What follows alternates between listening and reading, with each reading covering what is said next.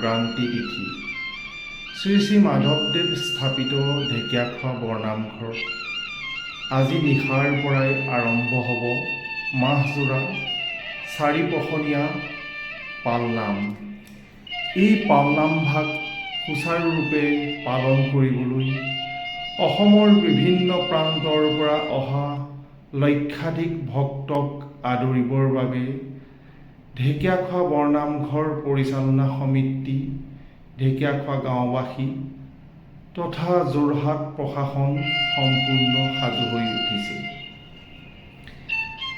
ভক্তবান ৰাইজে এই ঐতিহাসিক ঢেকীয়াখোৱা বৰনামঘৰলৈ আহি পবিত্ৰ ভাদ মাহত এগছি বন্তি জ্বলাই নিজৰ মনোকামনা পূৰ্ণ কৰাৰ হেঁপাহেৰে লক্ষাধিক ভক্তৰ সমাগম হয়।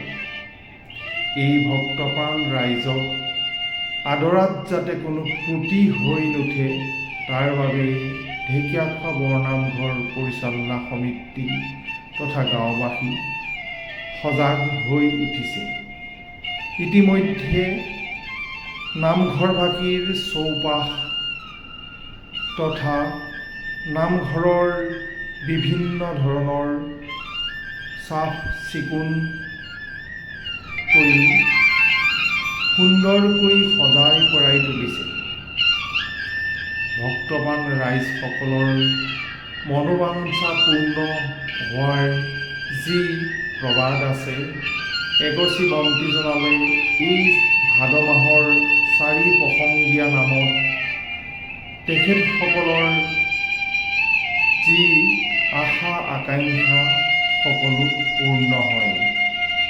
গতিকে সমূহ ভক্তবান ৰাইজে এই ভাদ মাহত বিভিন্ন প্ৰান্তৰ পৰা আহি সমাগম হ'বহি সেই ঢেকীয়াখোৱা বৰনামঘৰ পৰিচালনা সমিতি উৎকণ্ঠাৰে আদৰিবলৈ সাজু হৈছে।